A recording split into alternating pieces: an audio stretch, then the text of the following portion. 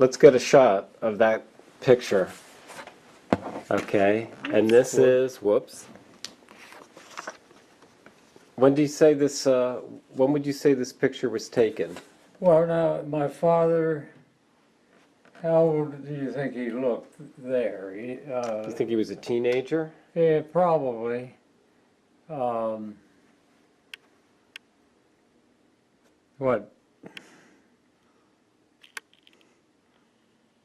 Yeah, what do you think? 15 years old or 16? And which one is he? Point out which one he This is. is my father. Right there. That's Ra. Yeah, right.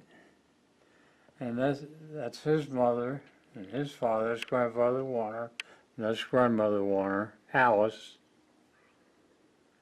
And then I don't know much about this one. Ralph, he died young. They never talked about that. Mm-hmm. But he died young. Okay. And that's Uncle Howard, who married Aunt Sarah. Mm-hmm. And they were big-time Quakers. These were all Quakers. And where's this photo taken? I don't know. I mean, that looks like a entrance of some kind. I don't think it's Evergreen Farm. It could have been. That's Aunt Sarah and Uncle Henry. So there were two Sarahs. No. Wait a You minute. said she was Sarah. That's not, yeah, that's Sarah. Mm-hmm. This is grandmother Warner. She was Alice. That's DJ Hogue. Daniel Janney. Daniel Janney. There's that Janney name again. Well, I was hoping they'd name William IV. I was hoping they'd give him the middle name of Janney, because, see, when I was born, I was a twin. My twin sister was Nancy Janney. Mm-hmm. And I was hoping they'd bring that name back, Janney. And how long did she live? Not long, 1 or 2 months. The so-called blue baby. I guess so. But, yeah, I ought to have copies made of that. Oh, that's a great photo. And then I have, on the back, I've got it all filled in, Oh, very good. who they are. Mm-hmm. See, DJ Hogue, that's DJ. Mm-hmm. He married Sarah Elizabeth Hogue. Well, that's Sarah, of course I don't remember either of that. Mm-hmm. I don't know whether I was even born. See.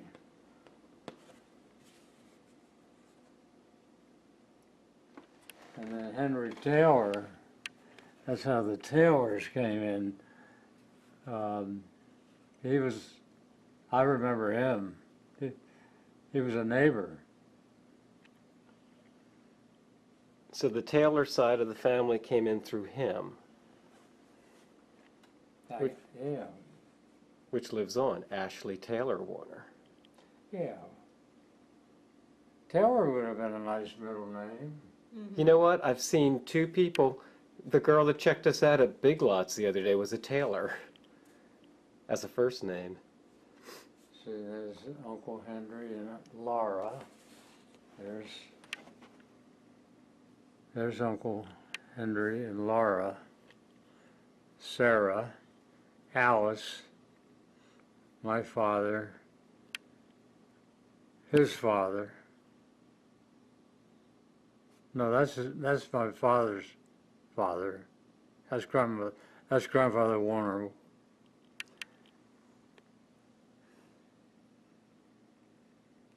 I'd have to sit down and figure this out. And this is a That's DJ, and of course that's Uncle Howard, who had the Evergreen Farm. Mm-hmm. Was that your father's brother? No, your father, That would be his, how's he as related to uncle. an uncle? Yeah. His, that's grandfather Warner. He was my grandfather, and my grandmother. She was very pretty, wasn't she? Yeah. Grandmother Warner. And some were more hardcore Quaker than others. Well, these were all Quakers. And what were the two Quaker varieties? You had the You the had liberal. Yeah, the Hicksites were the liberals, and the Orthodox. Most of this group were Orthodox. Now in Baltimore, you have two Quaker meeting houses. Up on North Charles Street where Friendsco is, Mm-hmm. Friendsco on the grounds, there's a meeting house. They were Hicksites, they were liberal Quakers. They had music and all the ceremonies and all that. And then downtown, well, in mid-Baltimore, as you go down Charles Street, and you come right down Charles Street, you're opposite Hopkins off to the right, Johns Hopkins. That was the Homewood Meeting House. They were Orthodox. Okay. And it was a very handsome building still down there. I always used to drive Grandmother Warner there. She never drove. And my mother never drove. Right, Nan never drove. And she never drove. She took the 31 streetcar every day during the week to get downtown. Amy's dad never drove. My grandmother never drove, Really? but my grandfather did. Oh, okay. Yeah, they still have that meeting house. Both of those meeting Grandfather houses. Warner, of course he had a car. I can still hear he shifted gears coming up Garrison Boulevard. He probably wasn't the world's best driver. You could hear him shift gears.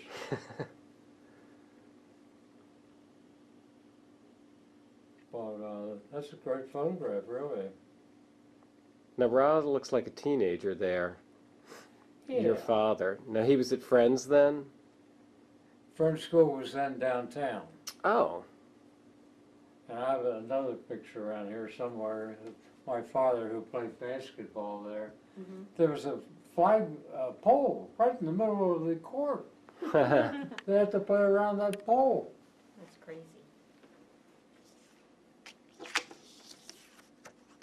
There's some more of these photos. Now, this, Dad, Powerful woman. now this is Greetings from Evergreen. Now, is that? Yeah, this is Aunt Sarah. There she is, Aunt Sarah. And that's Uncle Howard. That's Uncle Howard. And he's much older here than here. And Aunt Sarah, she was a powerful woman. She was head of the WCTU in Virginia, What's that? Women's Christian Temple something. She kept Virginia dry for years. Oh. She was a powerhouse. I mean, she was head of that organization in Virginia and on the national board. And she kept Virginia dry a long time. How long did they have Evergreen? I mean, when did they get Evergreen? Evergreen Farm was built by Yardley Taylor. So he did that map in the den there. And, you know, that was Uncle Howard, you know, he got the farm from Yardley Taylor. And I don't ever remember Uncle Howard really working on the farm. They had a tenant family. They were black. And that other picture I have in there, it shows the black couple. They were tenants. My father built them a house. The original house back there burned down. My father built them another house. Huh. not a great house, but it was, you know, wired for electricity and all that kind of stuff. And,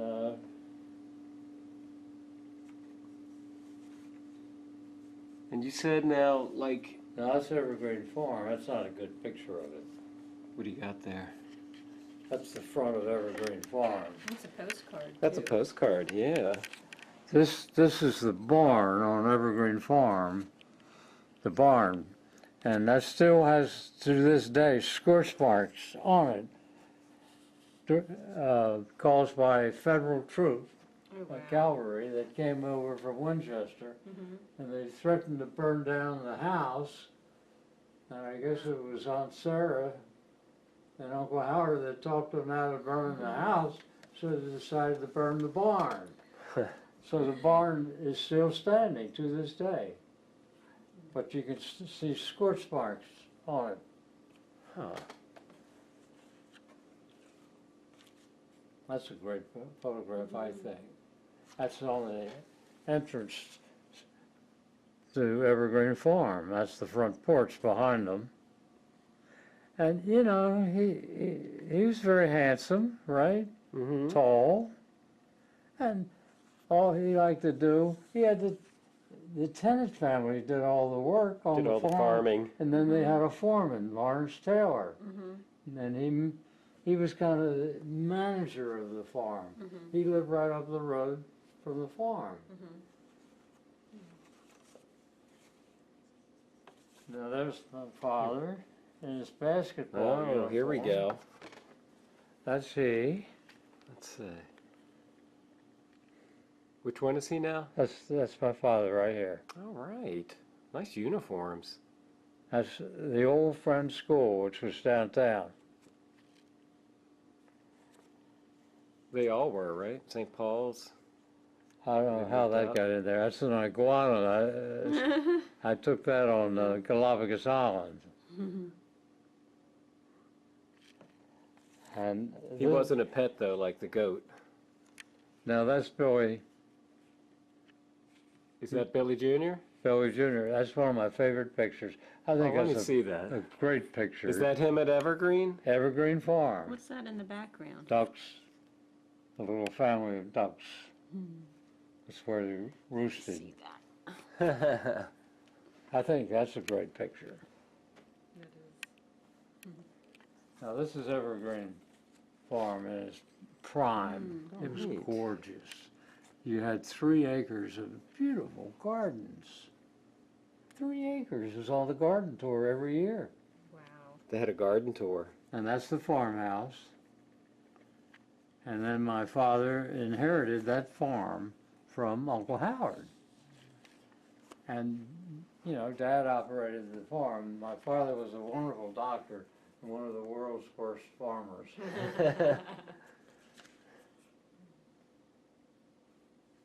Now that's my mother and father. Let's see.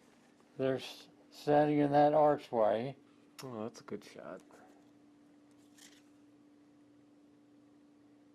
That's my father.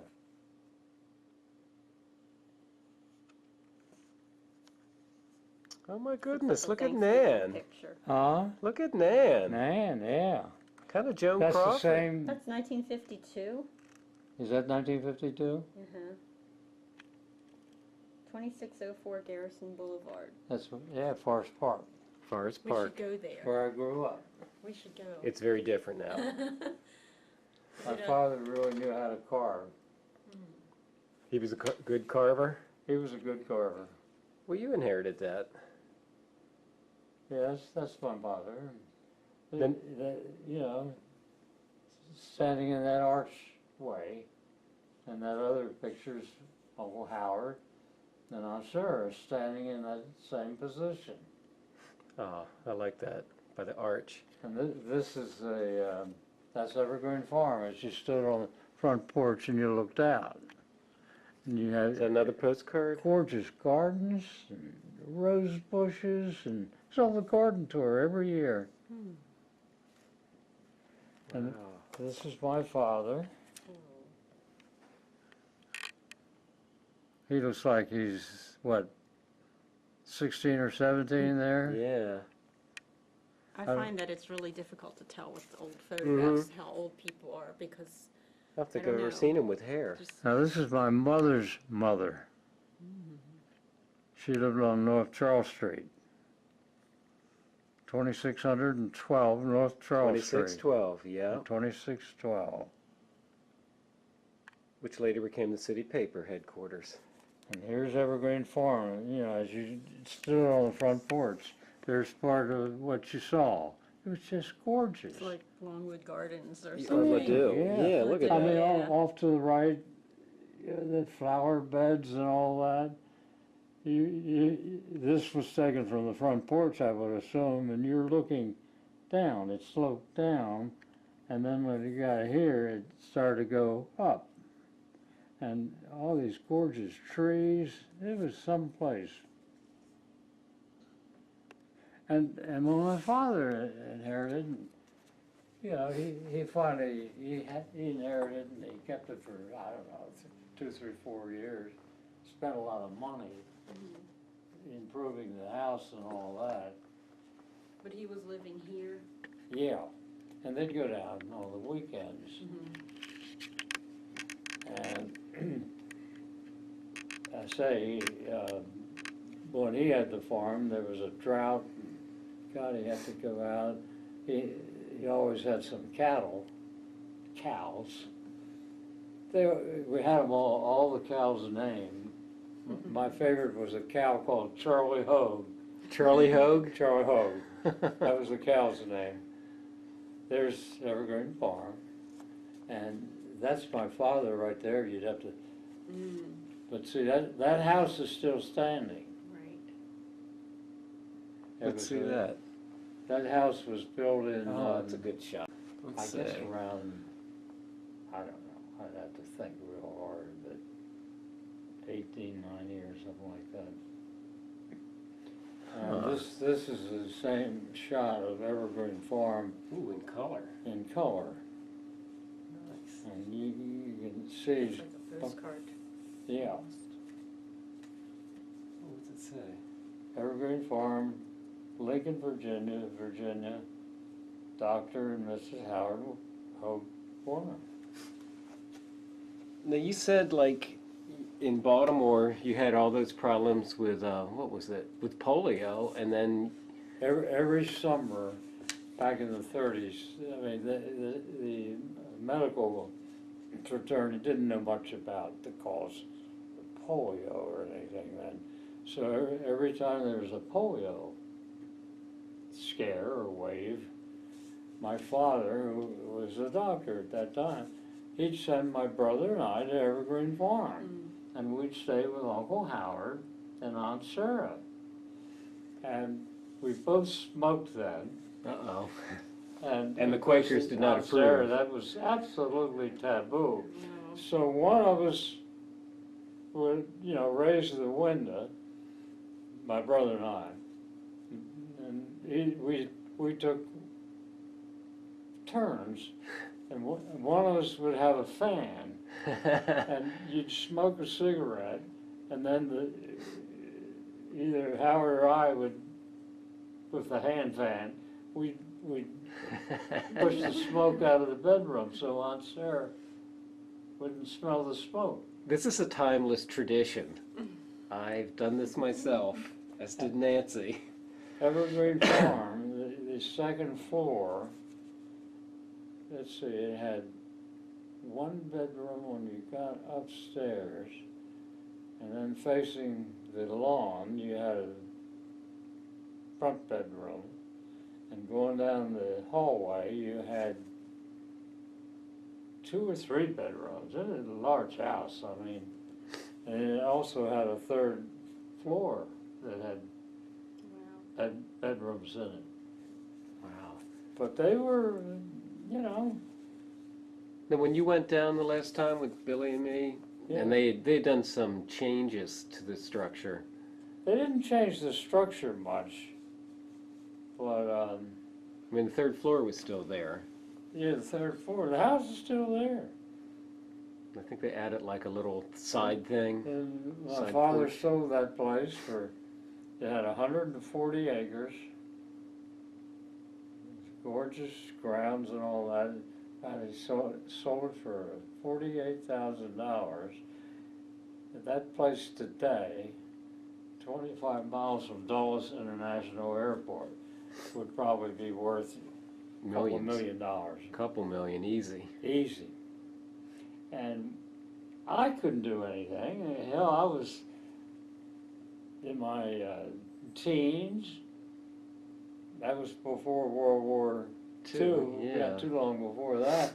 And what would I do with an evergreen farm? Right. I couldn't make a living down there. City boys. I was a city boy. Yeah. Well, did the farm actually, it was an actual working farm? Yeah.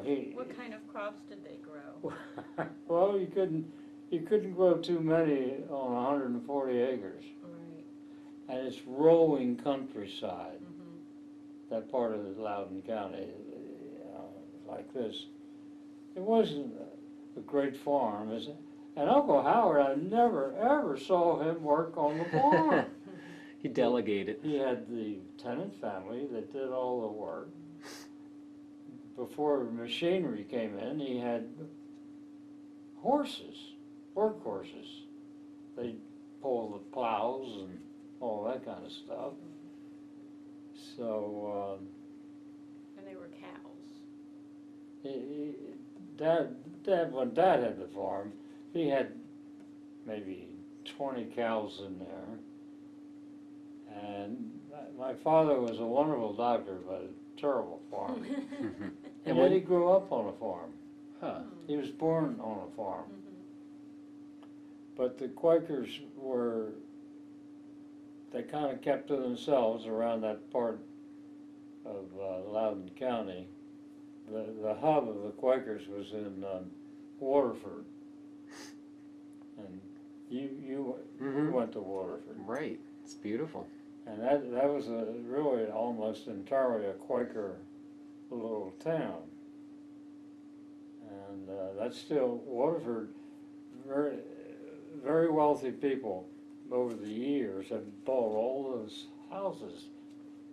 In Waterford, you're only 25 miles out of downtown Washington. Mm-hmm. Get all the wonks. And then when they there was a river crossing in western, you go out towards Frederick, and from Frederick, Maryland,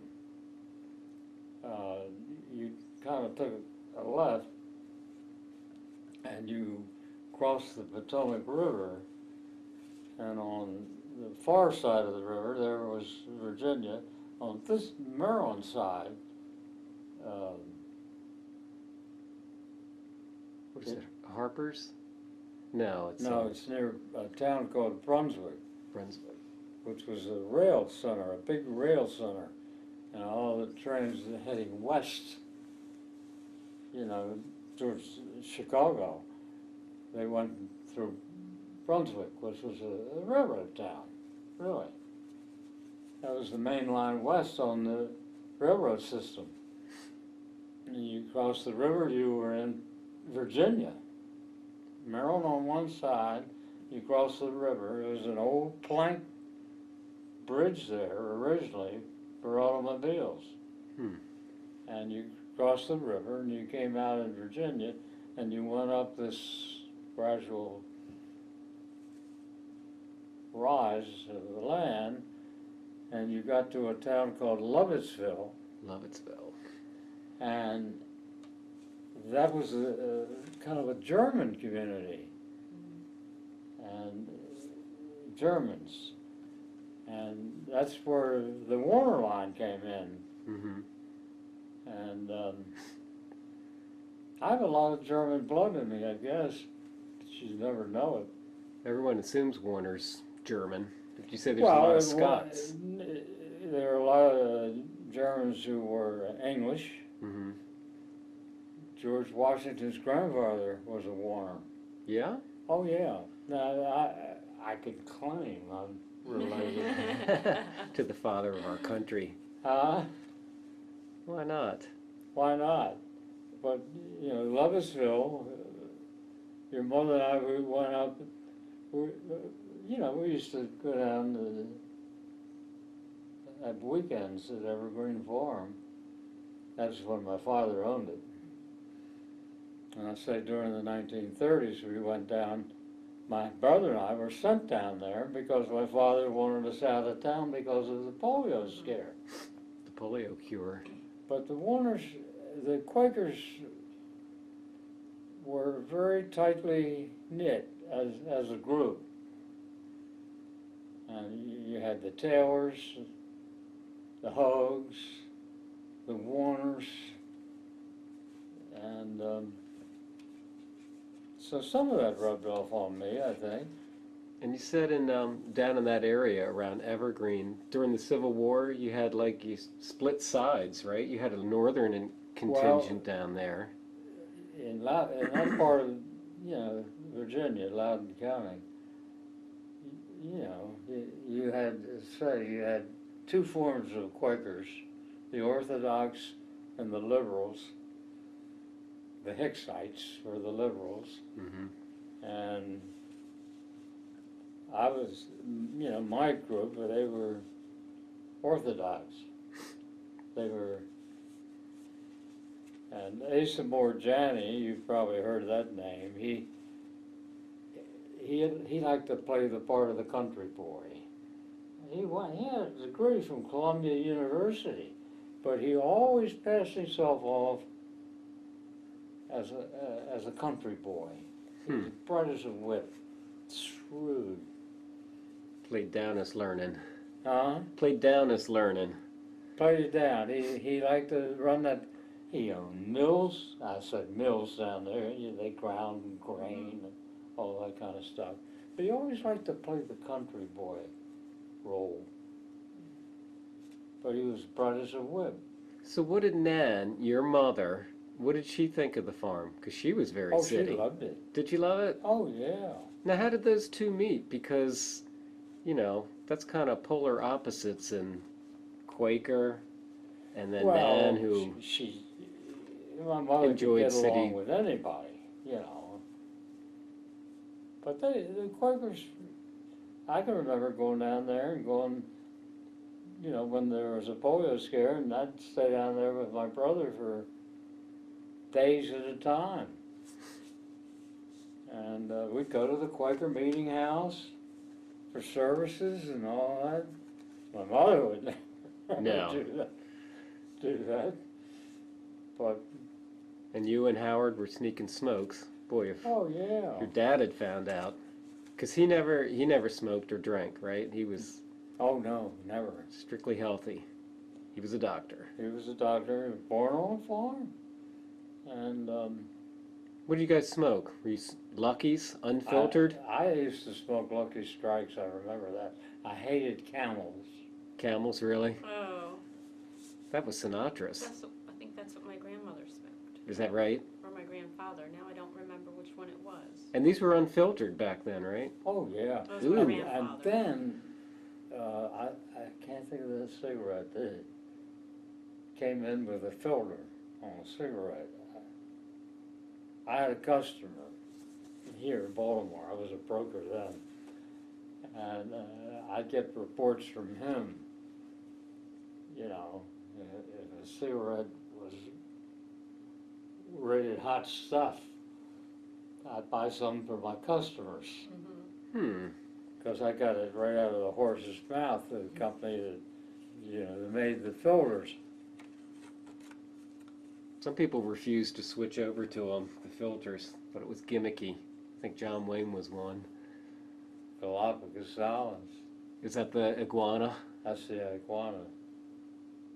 Now, did you have a pet iguana? This is dated 1944, 1945, and it says VP 209. Well, that was my squadron, my patrol squadron.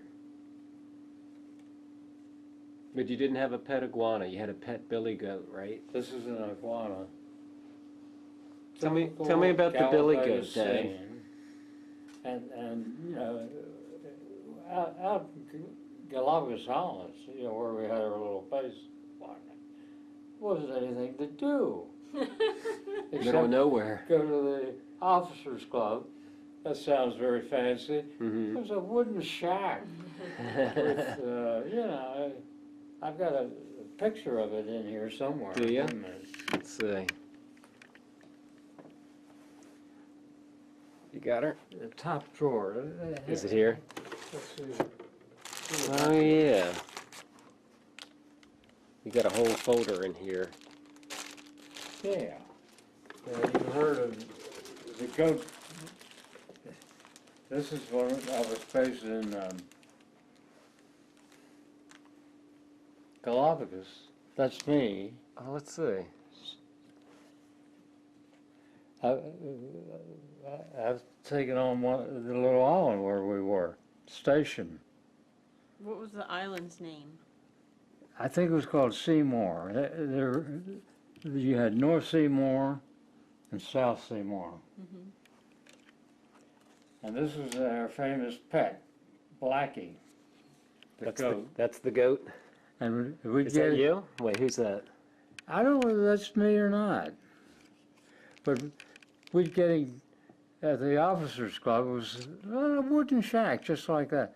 We'd get him drunk every night. you finished it, you'd finish your drink. Yeah, most of the guys were drinking beer then, or scotch, or we had a common bowl, and it was considered proper when you had a drink for beer, whatever, to save a little beer or booze, or whatever it was. And we had a big bowl, and we'd put that bowl outside of the door, and Blackie would just lap it up. And he'd get, wow. He'd charge anything. Didn't see that moved. coming. Really? Anything that moved, Blackie would take off and charge. Wow. Headbutt it. And this is me before all that. Let's see. This is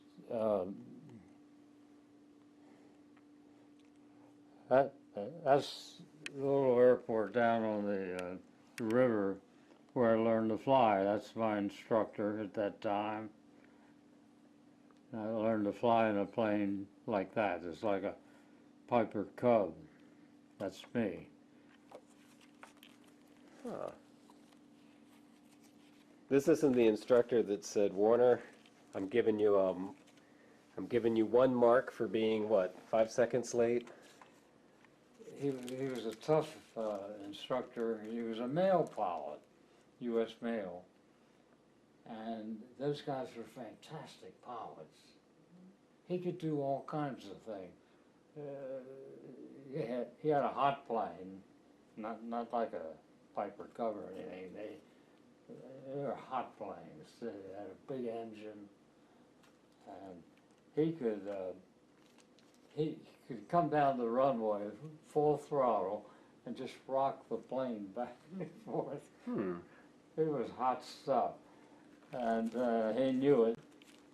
And I took my final check flight from him, and I'm sitting here behind him, and the throttle was up here to your left, and you had a stick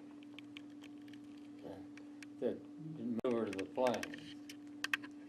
And I was trying to cheat a little, and because the throttle up here was like a crutch, and I unconsciously put my hand up there.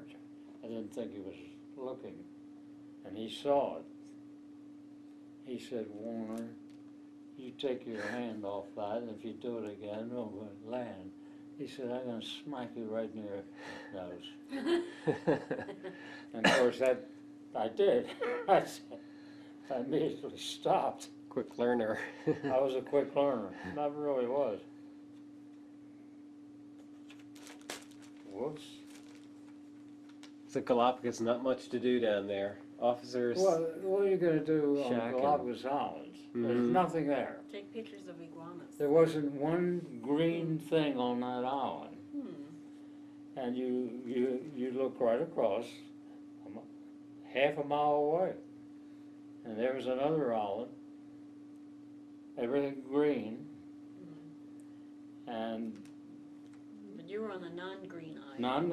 there wasn't one green thing on that island. Mm. So at night, we'd all go up to the so-called officers' club. Now you would go to Ecuador, right? That would be. Wouldn't you go back Well, to that the? was 700 or 800 miles away. How many hours was that? Well, we had a flight every day at one time, and there's some of my old Navy pilot friends. Oh. Reunion. Reunion? Mm-hmm. See, Ted, I tried to call him the other day, Tom Mahoney, Francis Tower.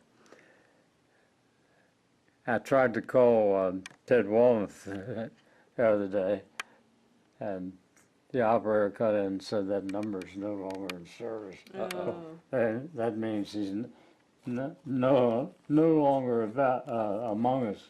Was he the last of your group? As far as I know, he was. I think that's me in the middle of all these guys. You know, that's something you could maybe, well, maybe Yeah. you've already done it, look up on the internet. Oh yeah. Yeah, I might try that sometime. This is primary training before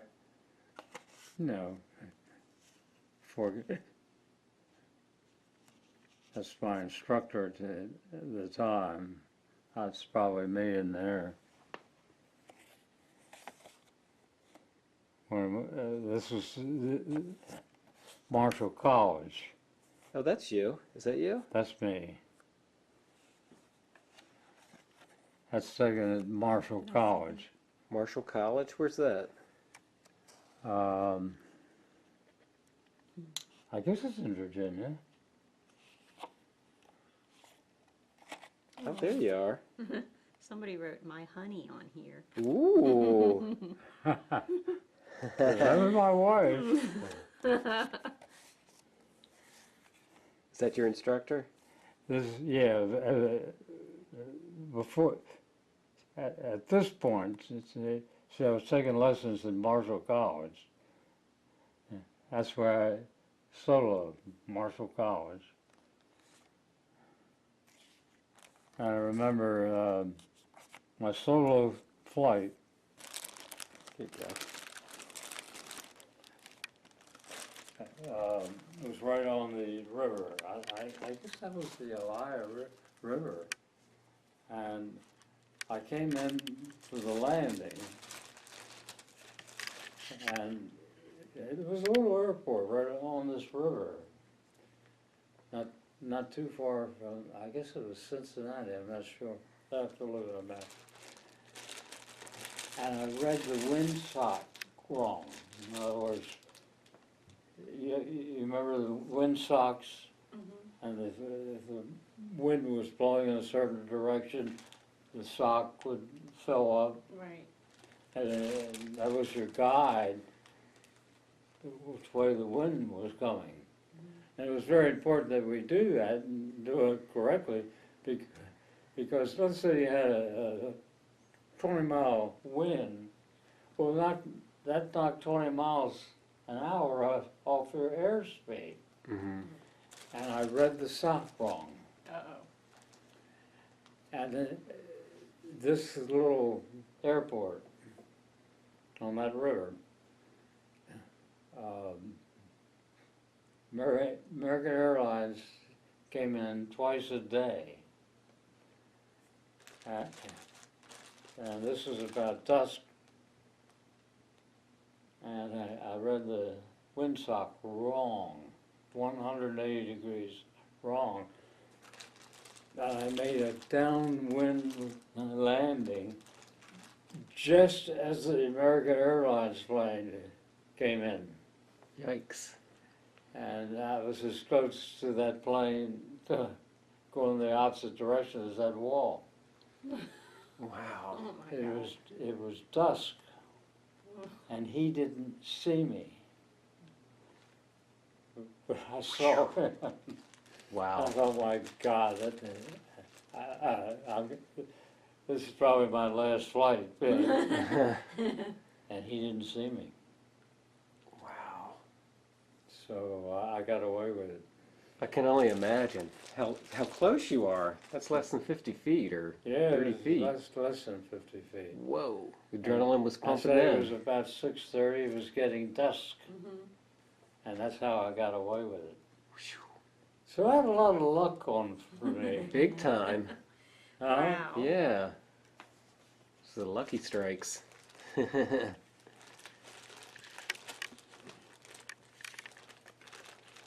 So I don't have too many pictures, but I got away with that. That's 21 East Baltimore Street. Now, who is this? This is, That's my mother's mother, I think. a stone. The stone side of the family. That's the Stone family, yeah.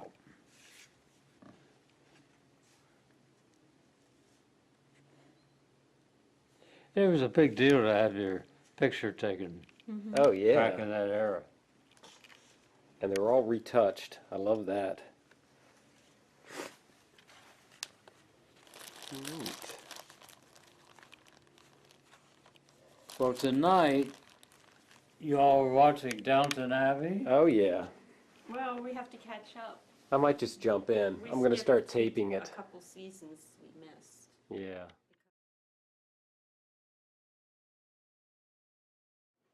The farm house was built about 1825, Evergreen Farm.